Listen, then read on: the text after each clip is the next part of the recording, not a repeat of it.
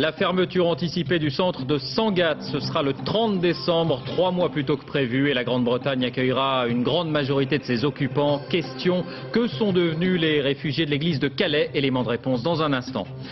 Un garçon de 12 ans victime de ce que l'on appelle le jeu du foulard en Moselle. Il a été retrouvé seul et inanimé dans sa chambre, un jeu qui aurait déjà fait 9 morts en 2 ans chez les adolescents. Bonne nouvelle au large de la Galice, l'épave du pétrolier Prestige ne fuit plus. Constat effectué par le Nautile, le petit sous-marin français a effectué aujourd'hui sa première plongée. Sitôt dérobé, sitôt neutralisé, le plan de lutte contre le vol des portables entre en vigueur aujourd'hui. Il associe les 3 opérateurs. 500 000 déclarations de perte et de vol ont été recensées cette année. La prime de Noël versée aux chômeurs de longue durée est reconduite cette année, annonce de Jean-Pierre Raffarin, 150 € par personne comme l'an passé. Le bizutage enfin, 4 ans après la loi, il n'a pas disparu, mais a-t-il évolué? L'enquête de cette édition à l'école des arts et métiers de Châlons. Bonsoir à tous, merci de votre attention. Avant de développer ces titres, direction la Côte d'Ivoire pour un constat qui s'impose à tous. La trêve est finie, la guerre a bel et bien repris et le scénario du pire redevient possible, celui d'une partition du pays. Regardez d'abord la carte, les premiers rebelles contrôlent le nord du pays, la zone en orange, les forces gouvernementales le sud en jaune et elles ont lancé une grande offensive contre un 3e groupe, largement aidé semble-t-il par le Libéria et qui contrôle la ville de Mans. C'est là que les combats sont les plus forts ce soir encore. Envoyés spéciaux Éric Monnier, Frédéric Ranck. Ce matin, dès que la situation l'a permis, ils ont pris la route, emportant tout ce qu'ils pouvaient. Depuis l'entrée jeudi dernier de mystérieux rebelles dans Mans, la grande ville de l'ouest de la Côte d'Ivoire, la vie quotidienne y était devenue intenable.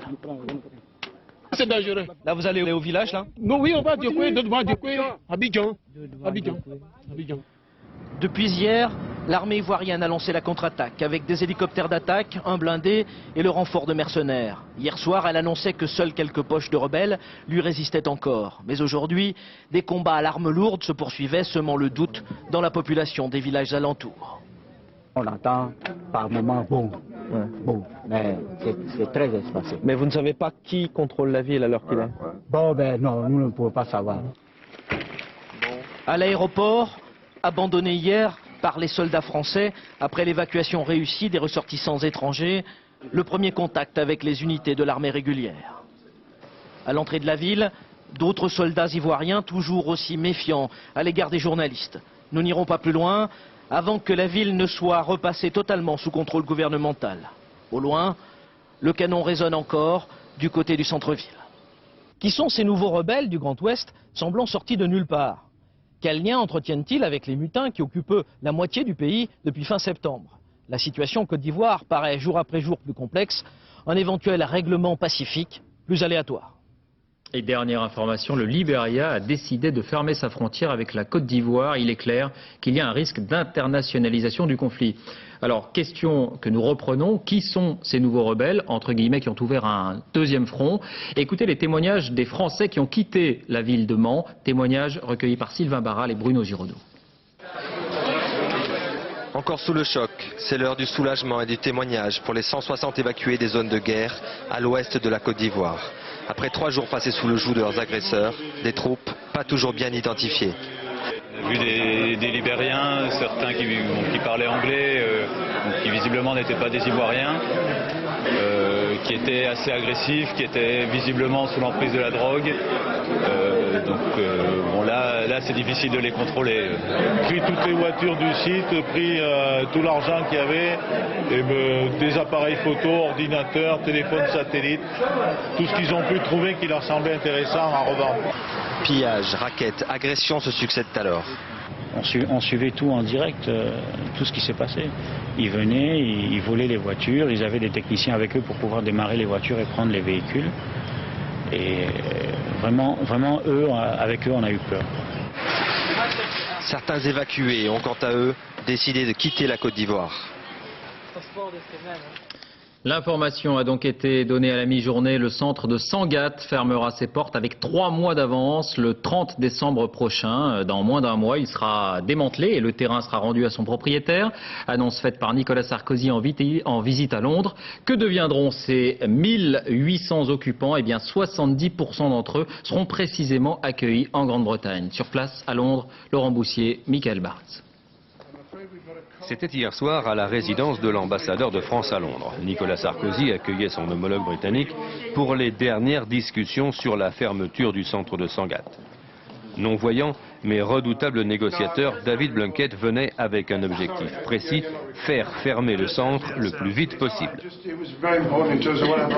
Une nuit de négociations plus tard, les décisions étaient prises. Sangatte fermera le 30 décembre et parmi les 1600 réfugiés présents dans le hangar de la Croix-Rouge, les 1100 Kurdes irakiens et 300 Afghans seront accueillis en Grande-Bretagne.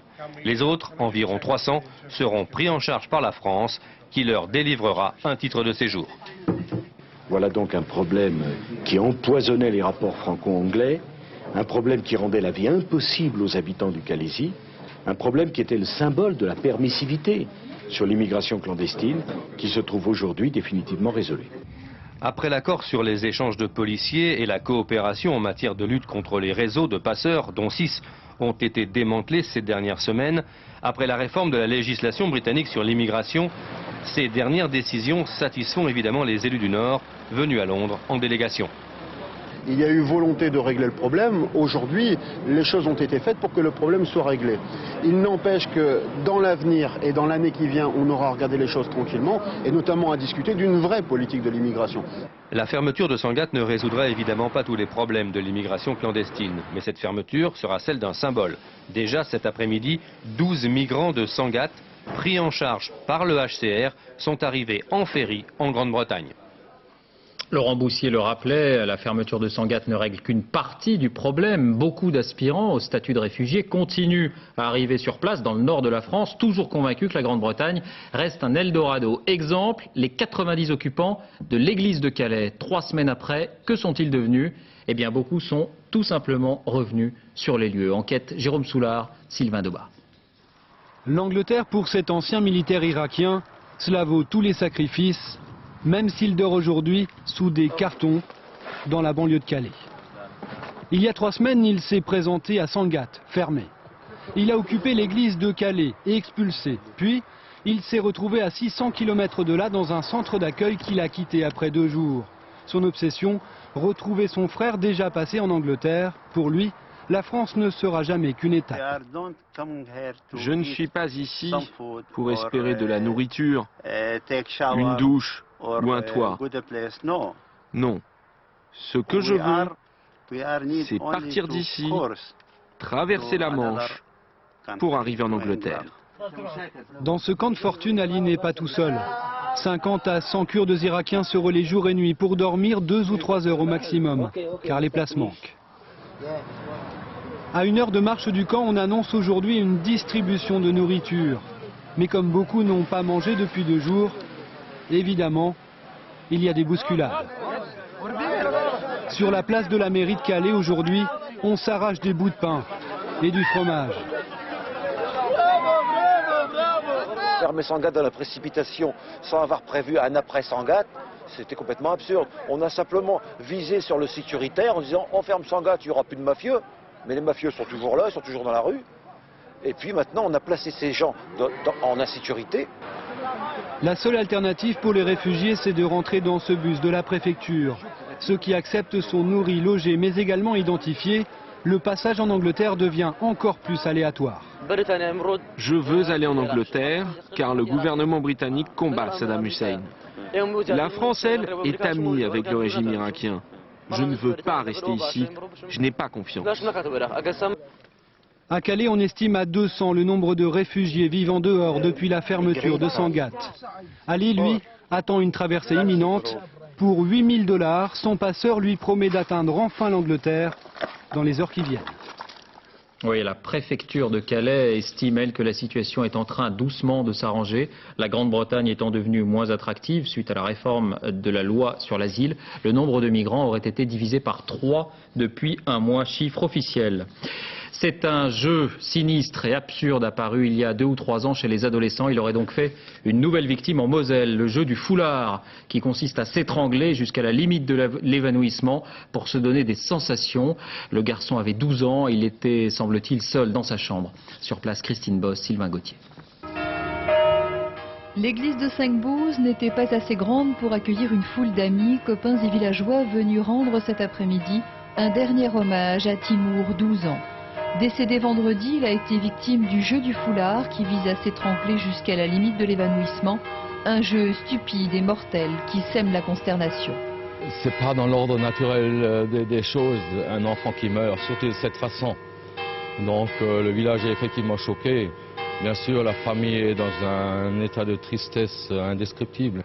Si le village de 1700 habitants est sous le choc, au collège que fréquentait Timour depuis la rentrée, rien ne laissait présager un tel scénario. Ce problème-là ne nous avait pas à aucun moment effleuré. Nous étions au courant de pratiques de ce type-là, mais nous ne pensions pas que ça pouvait arriver, et en tout cas pas à un élève qui apparaissait comme étant vraiment un bon élève. Pourtant, c'est dans les cours de récréation que le jeu du foulard exerce son emprise sur des ados à la recherche de sensations. À la suite des premiers décès, des parents d'adolescents victimes de ce jeu transgressif ont créé un site internet pour informer et alerter les jeunes et les parents des risques réels encourus. Mais à 12 ans, seul dans sa chambre à l'aide d'une ceinture, Timour a voulu éprouver ses limites, il en est mort et vient allonger la liste des victimes du jeu du foulard. Les suites du tragique accident de Loriol, Fernand Blanc, l'automobiliste de 81 ans qui a fauché et tué 5 pompiers volontaires, a été mis en examen et placé en détention ce soir à Valence. Il s'agit, je vous le rappelle, d'un ancien conseiller municipal qui roulait nettement au-dessus de la limite de vitesse autorisée. Il aurait indiqué aux enquêteurs qu'il ne se souvenait plus des circonstances exactes de l'accident, qu'il aurait eu un trou noir avant le choc. Ce soir, le corps de la 5e victime, un pompier de 26 ans, précipité dans la Drôme, n'a toujours pas été retrouvé. Jacques Chirac annonce qu'il présidera lui-même la cérémonie d'hommage. Ce sera après-demain, en début d'après-midi. Un hold-up retentissant à La Haye, aux Pays-Bas, des diamants et des bijoux d'une valeur de plusieurs millions d'euros ont été dérobés dans ce musée où se tenait une exposition consacrée précisément aux diamants.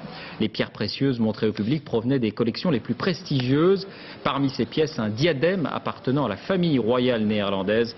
La police ne dispose pour l'instant d'aucune piste. La marée noire en Galice, avec d'abord une image, cette visite qui a fait chaud au cœur des bénévoles et des habitants de la région, celle du roi d'Espagne, Juan Carlos. Pas de discours, le roi traditionnellement se garde d'intervenir dans les affaires publiques, mais un appel à l'unité. Nous devons tous aider, a-t-il indiqué après avoir survolé la zone. Il a également visité une confrérie de pêcheurs. L'accueil a été très chaleureux.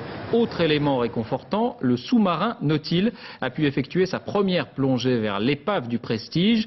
Aucune fuite, ni en surface, ni sur la coque n'a été constatée. C'est ce même appareil, je vous le rappelle, qui avait déjà été utilisé pour inspecter le Titanic. Explication Romuald Bonan. Les scientifiques l'ont surnommé le fourgon blindé. Depuis 15 ans, le Nautil, ce sous-marin de poche français de 20 tonnes, a sillonné toutes les mers du globe. Son terrain de prédilection, les abysses, jusqu'à 6000 mètres de profondeur. C'est grâce à lui, par exemple, que l'épave du Titanic a pu être découverte au large de Terre-Neuve. Dans le ventre du bathyscaphe, une sphère en titane, capable de supporter des pressions énormes, plus de 600 kg par centimètre carré. À l'abri, à l'intérieur, les 3 membres d'équipage peuvent ainsi réaliser des plongées de plus de 5 heures. Ce matin, malgré une mauvaise météo au large de la Galice, le Nautil a pu effectuer une première plongée sur la zone de l'épave du Prestige à plus de 3500 mètres de profondeur. Les caméras du sous-marin doivent scruter l'état du pétrolier et grâce aux 2 bras robots du Nautil, des échantillons d'eau et de sable seront prélevés autour du navire. Ce sera la recherche de brèches dans l'épave, savoir si l'épave, dans sa situation, risque de laisser échapper des résidus importants ou pas. Pour l'instant, le Nautil n'a repéré aucune fuite de fioul s'échappant de l'épave. Mais de nouvelles plongées sont prévues durant toute cette semaine. Au moins 60 000 tonnes d'hydrocarbures sont encore emprisonnées dans les cuves du Prestige. Et enfin, une image du Byzantios, ce pétrolier similaire au Prestige, même affréteur, même type de bateau, un simple coque et même chargement du fioul. Et bien après un dernier contrôle, vous le savez, le Byzantios a pris la route. Il sera demain au large des côtes françaises. Ces images sont fournies par l'association Greenpeace qui a tenté de monter à bord pour dénoncer, je cite, la circulation des bombes flottantes. Les suites des attentats au Kenya, avec cette information donnée par Washington il y a moins de 3 quarts d'heure. Les lanceurs de missiles utilisés contre l'avion israélien jeudi dernier proviennent probablement d'un lot appartenant à Al-Qaïda, un lot utilisé lors d'une attaque contre un avion américain en Arabie Saoudite. Hervé Guéquier. Certains équipements sont portés manquants, assurent les inspecteurs de l'ONU. Ils avaient été répertoriés par la dernière mission des Nations Unies en 1998. Nous sommes à Karama, un site lié à la production balistique situé près de Bagdad. Les autorités irakiennes affirment que ces équipements ont été détruits lors du bombardement du site il y a 4 ans. Le reste a été transféré dans d'autres endroits, expliquent encore les Irakiens. Karama est en fait la principale usine de développement de missiles en Irak, en particulier le missile Al-Samoud, un engin de courte portée. Il s'agit du premier incident depuis le début des inspections des Nations Unies. Bagdad affirme ce soir qu'il n'y a aucun problème notoire entre les Irakiens et les 63 inspecteurs onusiens. Mais déjà ce soir, la Maison-Blanche affirme que Saddam Hussein ment lorsqu'il affirme ne pas détenir d'armes de destruction massive. Washington attend désormais le 8 décembre et la liste exhaustive de l'arsenal détenu par l'Irak. Dernière minute qui nous vient d'Israël. Le ministre israélien de la Défense, Shaul Mofaz, indique qu'Al-Qaïda a tenté de commettre plusieurs attentats en Israël. Pas plus de précision pour l'instant donc sur ces déclarations du gouvernement israélien. Le procès de 4 membres d'un réseau de soutien présumé au terrorisme s'est ouvert aujourd'hui à Rotterdam, aux Pays-Bas. 4 hommes dans le box, dont un Savoyard de 28 ans, Jérôme Courtaillet, converti à l'islam. Ils sont soupçonnés d'avoir participé à la préparation d'un attentat contre l'ambassade des États-Unis à Paris et contre une base américaine en Belgique, fabrication de fausses cartes de crédit, falsification de passeports notamment. Jérôme Courtaillet a reconnu être un escroc, mais je n'ai rien à voir avec cette histoire d'attentat, a-t-il indiqué. L'audience va durer 3 jours. En bref, en France, cette fois, l'engagement du gouvernement de transférer des détenus vers la Corse se concrétise. 4 prisonniers condamnés définitifs seront transférés d'ici la fin de la semaine dans les 2 maisons d'arrêt de Lille. Leur identité n'a pas été communiquée. Un plan de lutte contre les vols de téléphones portables. Ils sont en très forte augmentation. Les 3 opérateurs s'étaient mis d'accord pour un système de neutralisation électronique. Système entré en vigueur aujourd'hui. Explication François Baudonnet, Florent Muller. Ceci n'est pas un numéro de téléphone, mais un numéro d'immatriculation. Tous les téléphones portables en ont un, et c'est lui qui servira dorénavant à lutter contre le fléau des vols de mobiles. 150 000 plaintes pour la seule année dernière. Jusqu'à présent, en cas de vol, l'opérateur se contente de couper la ligne en désactivant la puce. Mais le téléphone, lui, est toujours utilisable. À partir d'aujourd'hui, le téléphone volé sera repéré grâce à son numéro d'identité, un message texte envoyé et le téléphone définitivement bloqué. Un système efficace à terme, mais qui dans un premier temps ne concerne pas tous les portables. Les mobiles qui sont livrés depuis 6 bons mois maintenant, disons depuis le mois de juin, ont un numéro d'identité qu'on appelle durci, un peu comme les cartes d'identité qui sont plastifiées, si vous voulez, et ils sont donc très difficilement falsifiables, et ce sont donc ceux-là, qui sont en même temps les plus récents et les plus convoités, qui vont être mis progressivement dans la base de données commune aux 3 opérateurs. En cas de vol de votre portable, il vous faut donc prévenir votre opérateur et déposer plainte au commissariat en indiquant le numéro d'identité de l'appareil.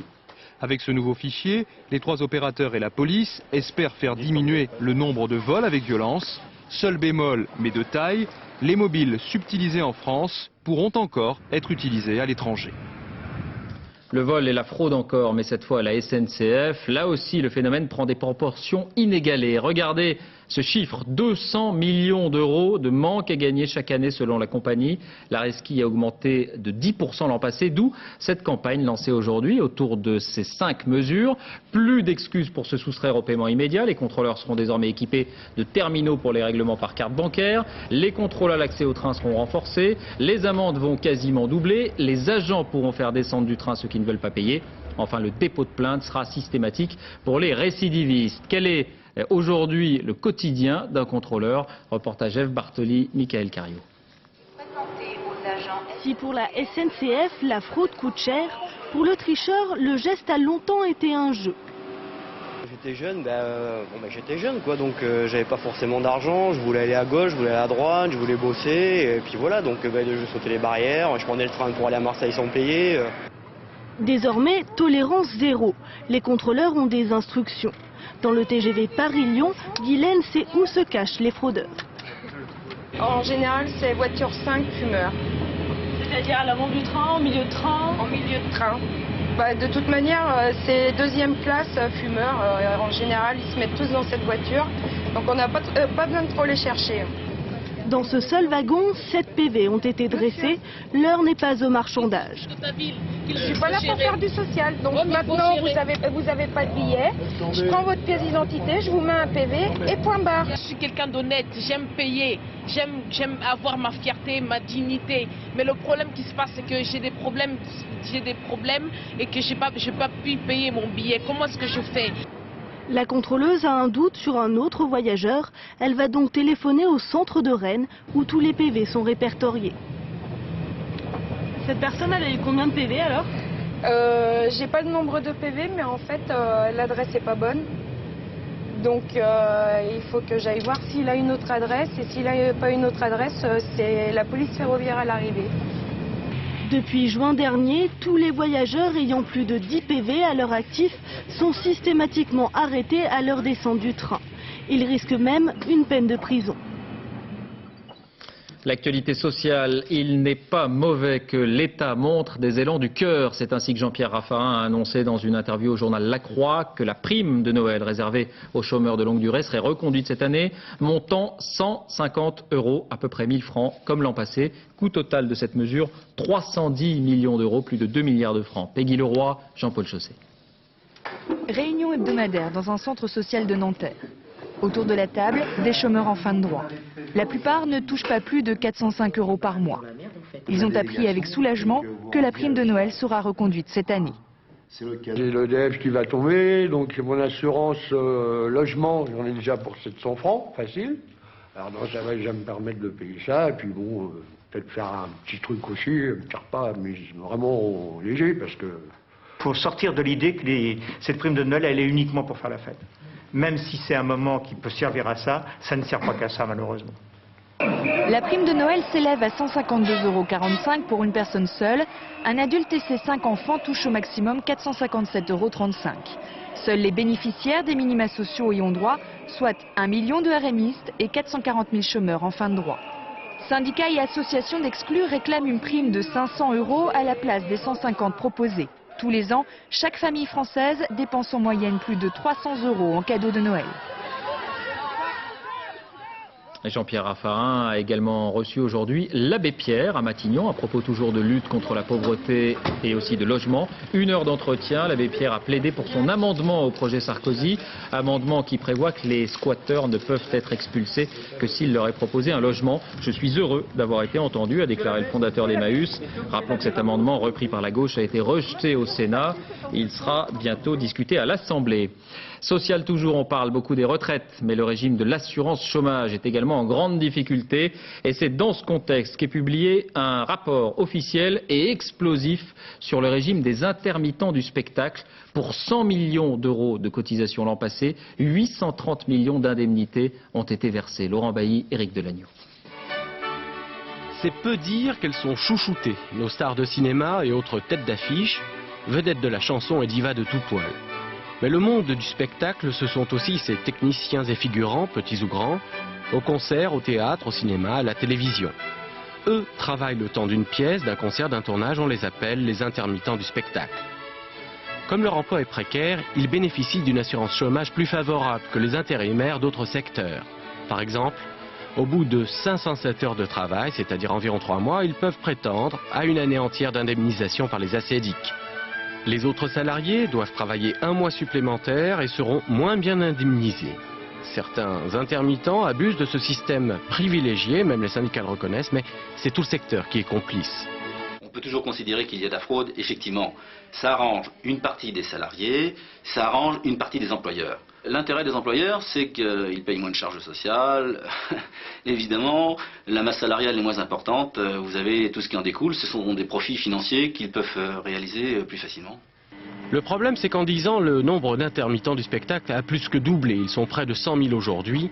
Diverses professions se sont greffées sur ce statut intéressant. Résultat, les comptes dérapent Plus de 800 millions d'euros versés en prestations chômage, seuls 100 millions d'euros de cotisations qui rentrent dans les caisses. Certains artistes reconnaissent qu'il y a des abus, mais ils défendent farouchement la spécificité de leur régime au nom de la création. Ça, c'est sûr qu'il y a des abus, mais de là après à considérer que parce qu'il y a abus, c'est encore aux artistes de morfler parce que le résultat, ça va être surtout qu'un nombre incroyable d'artistes qui sont déjà à la limite vont arrêter, quoi. Donc une création artistique en dégringolade. Il faudrait trouver un système qui fasse qu'effectivement ce soit vraiment réservé aux gens qui ont droit. Finalement, le système actuel se résume à des subventions déguisées. Alors plutôt que de payer davantage, le monde du spectacle préférerait qu'on augmente carrément le budget de la culture. Mais l'hypothèse semble peu probable en ces temps de rigueur. En bref, la grève à France 3, elle est entrée dans son 20e jour. Selon la direction, 22 régions sur 43 auraient cependant repris le travail, chiffre contesté par les syndicats. Un mot d'économie encore, le groupe BNP Paribas a encore accru sa participation au sein du Crédit Lyonnais après l'achat de titres en bourse. Il dispose maintenant de 16% du capital et en devient donc le premier actionnaire.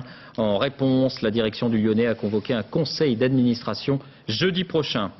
Éducation, le bizutage n'est pas mort. Il y a 4 ans, vous le savez, une loi en interdisait la pratique, en tout cas dans ses aspects les plus humiliants. Alors qu'en est-il aujourd'hui? Eh bien, les cérémonies, entre guillemets, ont été édulcorées, mais elles perdurent. Exemple, à l'école des arts et métiers, il est très rare de pouvoir filmer ce que l'on appelle le baptême des nouveaux arrivants. C'est ce que vous allez découvrir maintenant à Châlons. C'est l'enquête de cette édition. Elle est signée Laetitia Legendre et Vincent Ferreira. C'est la journée la plus importante de leur vie d'étudiant. Aujourd'hui, les élèves de première année de Châlons vont enfin devenir des gazards à part entière. Officiellement, leurs aînés leur prodiguent des conseils moraux professionnels de grands frères. Les décisions à prendre, il faut les prendre la tête sur les épaules, faut pas s'emballer. Vous êtes vraiment bien tous ensemble. Bon, maintenant, il faut que vous sachiez être à l'écoute des autres aussi parce qu'il y a des moments où c'est un peu difficile.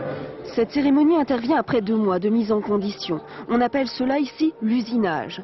Bizutage, disent certains, avec son cortège d'humiliation. On parle de contraintes morales pendant l'usinage.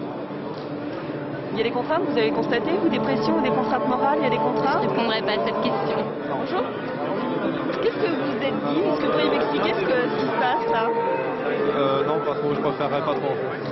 Le silence ici est de rigueur, mais à Châlons, on jure qu'on a tout fait pendant l'usinage pour éviter les dérapages. Et on se dit prêt à relever le défi, adapter les traditions à l'ère du temps. C'est pas la même chose que ce qui se passait en 1800.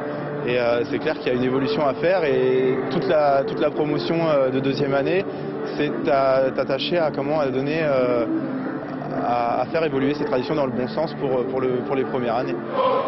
Il y a un mois pourtant à Cluny, dans une autre école des arts et métiers, on avait manifesté contre la direction qui interdisait le bizutage. La tradition, rien que la tradition, mais toute la tradition, c'est quelques règles simples. On baisse les yeux devant les aînés, on longe les murs, et ceux qui refusent sont mis au banc de la promotion, comme Xavier qui n'avait pas voulu céder et qui avait dénoncé ces pratiques. En criant sur des gens dans une salle, en mettant une espèce de relation qui ressemble à celle qui est établie entre un dominant et un dominé, je trouvais que c'était trop en désaccord, c'était une contradiction totale avec le message qu'ils essayaient de faire passer. Retour à Châlons. Après le baptême, la cérémonie officielle, en présence de la famille et des amis. Les premières années troquent leur blouse de bisu contre l'uniforme des ingénieurs. Ambiance martiale. Bien que la loi condamne le bizutage, pas facile pour la direction de mettre les étudiants au pas. Toute la difficulté que nous avons avec les élèves, c'est de leur dire mais mettez vos comportements ringards à la poubelle, vous ne perdrez rien, au contraire, les autres écoles vont nous envier. À Châlons, on essaye de trouver d'autres rites initiatiques pour maintenir la cohésion et l'esprit de corps. Les étudiants, pendant ces 2 mois, s'investissent ainsi dans des actions humanitaires. Pour qu'usinage ne rime plus avec bizutage.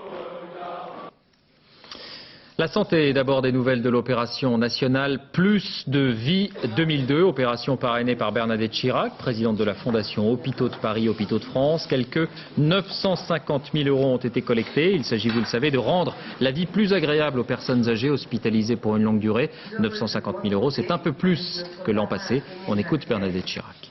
Les Français n'ont pas envie de se projeter dans cet avenir de dépendance où, évidemment, c'est un petit peu la fin de vie et ils préfèrent ne pas y penser. Je crois que nous sommes un peu tous comme ça, mais il faut quand même donner pour les personnes âgées hospitalisées. C'est un devoir. Un nouveau décès dû à la salmonelle. Il s'agit d'une fillette de 12 ans intoxiquée après un repas en famille à Oulin, près de Lyon. Les contrôles effectués sur 3 produits suspects, des œufs, des manchons de poulet et des feuilles de briques, sont négatifs. Les autres membres de la famille, également intoxiqués, ont été hospitalisés. Un coup d'arrêt à la promotion du tabac en Europe. L'Union a interdit aujourd'hui toute forme de publicité dans la presse ainsi que le parrainage de grands événements. En France, le journal du dimanche révélait hier que la mention « Fumer tue » va remplacer le message « nuit gravement à la santé » sur les paquets de cigarettes, mention qui occupera par ailleurs beaucoup plus de place, 40% au dos du paquet. Environnement, le bras de fer entre l'Union européenne et les pêcheurs. Premier cas concret depuis quelques jours, la sole. Un arrêté interdit de la pêcher dans le golfe de Gascogne pour protéger l'espèce. Eh bien, les marins ont décidé d'engager l'épreuve de force. Les bateaux sont ressortis ces derniers jours. Caroline Pham, François Privat sur place. Un jour presque comme les autres à la criée d'Arcachon. Les sols pêchés la semaine dernière sont triés pour la vente. Ce matin, elle était encore autorisée. L'inquiétude se lit surtout sur les visages. Certains pêcheurs, comme Nicolas Brun, perdront en décembre au moins la moitié de leurs revenus. C'est sûr qu'il faut essayer de protéger leurs ressources, mais il doit bien y avoir d'autres solutions que par ce système de quotas. Les quotas, le nœud de la polémique. Les engagements européens imposent pour chaque port un volume de pêche à ne pas dépasser. Ici, pas plus de 550 tonnes de sole. On constate que depuis cette année, l'année dernière et surtout cette année, le poisson est revenu en quantité non négligeable. Et dans le même temps, les spécialistes d'Ifremer, les scientifiques nous disent que la sole est en danger. Alors on ne comprend plus, vous comprenez ? L'Ifremer se base sur ses propres observations. Ces scientifiques sont en mission. Ils évaluent les ressources, les analysent et en tirent des conclusions pour l'avenir. On arrive dans un niveau où on ne sait pas très bien ce qui va se passer et donc il peut y avoir danger de surexploitation grave pouvant nécessiter des mesures encore plus importantes dans l'avenir. Là, on n'en est pas loin. Les quotas sont atteints, mais un vent de révolte souffle sur le port. Dans tous les cas, les bateaux ne resteront pas à quai. Ces prochains jours, la criée d'Arcachon pourrait bien vendre encore quelques sols, malgré l'interdiction. Environnement encore avec ce chiffre qui dément le cliché de la désertification en France, de l'abandon des terres, l'augmentation du prix de l'hectare moyen, un triplement en 30 ans. En 71, un hectare valait 1 343 € en moyenne. En 2001, 3 984 € pour s'agrandir ou trouver une exploitation. Il faut maintenant s'armer de patience ou être très richement doté. Reportage Laurence Decher, Frédéric Faure. Elle cherche la perle rare depuis 2 ans. Alors faire 100 km pour trouver de nouvelles terres, ça ne lui fait pas peur. Il y a 6 mois, Sandrine a acheté aux enchères 35 hectares dans l'Ariège. Alors là, c'est un champ. Et après, ça monte jusque là-bas, c'est des landes pâturées. Pourtant, cette vente a été annulée. Car aujourd'hui, cette terre, ils se l'arrachent tous. Les agriculteurs locaux veulent en profiter pour s'agrandir. Ça me met en colère parce que bon, il y a des jeunes qui en ont besoin, comme moi. Et pourquoi agrandir déjà des exploitations alors que moi, je pense être plus prioritaire qu'eux en étant jeune, même si je ne suis pas du même département qu'eux. Sandrine élève déjà 70 vaches limousines avec son père, mais dans le département voisin, les Pyrénées-Orientales. Cet achat, c'était pour elle l'occasion de devenir indépendante et de gagner un peu plus que les 450 € par mois d'aujourd'hui. Mais ici, les terres sont rares, donc chères. Elles peuvent atteindre 6 000 € l'hectare. En achetant dans l'Ariège, Sandrine a réveillé des concurrents de taille, les anciens du village. Alors, c'est la SAFER, une société mixte gérée par l'État et les organisations professionnelles qui tranchera. Il me paraît évident que si cette personne avait été sur place, contiguë, Le problème se serait présenté dans d'autres termes, mais c'est cette distance qui, évidemment, est un des éléments qui a été pris en compte. Un élément négatif qui empêchera Sandrine de s'installer en Ariège sur les terres qu'elle avait achetées. Ils nous poussent à faire des études, à avoir un bac pro pour pouvoir s'installer, pour avoir la DGA. Et finalement, à côté de ça, ils n'en sont rien. Donc j'admets qu'on devrait s'occuper plus de nous, plus des jeunes. Pour s'en sortir, Sandrine ne voit qu'une solution. Trouver une activité agricole qui prendrait moins de place et abandonner sa passion, l'élevage bovin. Et pour tous les amoureux de la terre et les autres, souvenez-vous, c'est ce soir le 3e épisode du Chant d'Olan à suivre à partir de 20h55. Les premières neiges et le coup d'envoi des sports d'hiver. La plupart des stations des Alpes ont ouvert le week-end dernier. 3 stations ont également ouvert dans les Pyrénées. Seule réserve, le temps. Il y avait autant hier de vent et de brouillard que de neige. À Pio-en-Galie, Juliette Meurin, David Bress.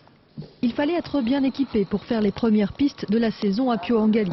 La neige était au rendez-vous ce week-end, 1 mètre en haut, 35 cm en bas. Mais question météo, il fallait aussi être très motivé pour chausser les skis ou les surfs. En haut il neige, il y a beaucoup de vent, on n'y voit rien, en bas il pleut, donc il fait très froid, mais bon pour ça tout va bien. Ouais, c'est vrai qu'on est un peu mouillé, donc on a vite froid, mais au niveau neige même, elle est vraiment agréable à ski. C'est la première journée, ça fait longtemps qu'on n'en a pas fait et j'avais trop envie d'en refaire, quoi.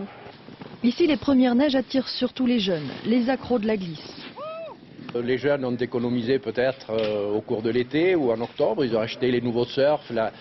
La nouvelle glisse est un point d'orgue sur la station de Pio, donc ils viennent tester leur matériel. Et pourtant, tester le matériel en début de saison n'amuse pas forcément tout le monde. On va y aller là. T'en as un peu marre du ski? Oui. Pourquoi? Parce que je fais que tomber. Première chute et première sensation de la saison. Hier, un peu plus de 1000 personnes ont profité de la neige à Pio-en-Galie. Si tout va bien, les amateurs pourront revenir chaque jour jusqu'à la fin avril. Sport, tennis, il y a des réveils plus difficiles que d'autres. Commentaire de Guy Forget ce matin au lendemain de la défaite de la France en finale de la Coupe Davis. Défaite douloureuse car le succès était à portée de main. Vous avez été très nombreux à suivre cette finale sur France Télévisions. Mince consolation pour les vaincus. Jacques Chirac les a reçus à déjeuner tout à l'heure à l'Elysée. Paul-Henri Mathieu avait séché ses larmes. Nathanaël de Rinxin, Emmanuel Tissier, Rémi Poissonnier. Une poignée de main, du foie gras, des truffes. Paul-Henri Mathieu a retrouvé le sourire. Le président de la République sait comment regonfler le moral des troupes. Pendant le déjeuner, le message est bien passé. Un message de soutien, qu'il était très fier d'être français, que c'était des images très, très belles de sport, d'amitié, que les deux équipes avaient très bien joué et que ça avait tenu, comment a-t-il dit ça, un coup de Mistral, un coup de vent finalement. Un coup de Mistral dont Paul-Henri Mathieu se serait bien passé. En cas de détresse, tirer le signal d'alarme. Et voilà l'équipe de France qui fait barrière de son corps. Mathieu accuse les coups. J'ai pas beaucoup dormi donc voilà. On s'est levé tôt ce matin. Et j'ai pas fait une nuit encore. Pas du tout. Non, j'ai dormi un petit peu, donc voilà carrément. C'est pas la fin du monde. Le jeune Français n'est pas prêt d'oublier cette balle de match. Mikhail Youzhny non plus. Le petit remplaçant russe est subitement élevé au rang de héros national. L'ivresse de la victoire gagne Boris Eltsine. Pour féliciter ses champions, il escalade même la tribune présidentielle et manque de chuter. Dans les vestiaires de l'équipe de France, c'est la Bérésina. Paul-Henri Mathieu traîne son mal-être aux 4 coins de la pièce. Guy Forget, lui, n'a plus goût à rien. Ça fait plusieurs rencontres, on nous parle de recettes magiques. Et je crois qu'on a une recette magique. C'est l'amitié qui est entre nous tous. Un pour tous et tous pour un, les Russes enterrent nos mousquetaires non sans une certaine émotion. Ils viennent de remporter la première Coupe Davis de leur histoire. Et une image de football car le but est magnifique. Le grand retour de Djibril Cissé. Auxerre s'est imposé 1-0 face à Bordeaux hier soir grâce à ce but. Djibril Cissé n'avait plus marqué depuis le mois d'août. La photo de mode pour terminer avec cette exposition qui rend hommage à Henry Clark, cet Américain qui a notamment travaillé pour Vogue. Les années 50 ont été marquées par son style. Sophie Jouve, Jean-Louis Melin. Ces clichés sophistiqués, glamour, et si magnifiquement éclairés ont fait la une de Vogue France pendant 7 ans. Derrière l'objectif, Henry Clark, un jeune Californien séduit par l'élégance, passionné de mode. À Paris, le royaume de la haute couture, Clark, ancien étalagiste, n'a qu'une idée, glorifier le vêtement et tous ses artifices. Il mettait en scène ses photos, c'est-à-dire qu'il avait toujours en tête, quand il voyait un vêtement, il en avait le décor. Et le décor, il le travaillait comme si c'était un théâtre, comme si c'était une pièce de théâtre. Alors il demandait aux mannequins qui posaient de participer à l'histoire qu'il voulait raconter.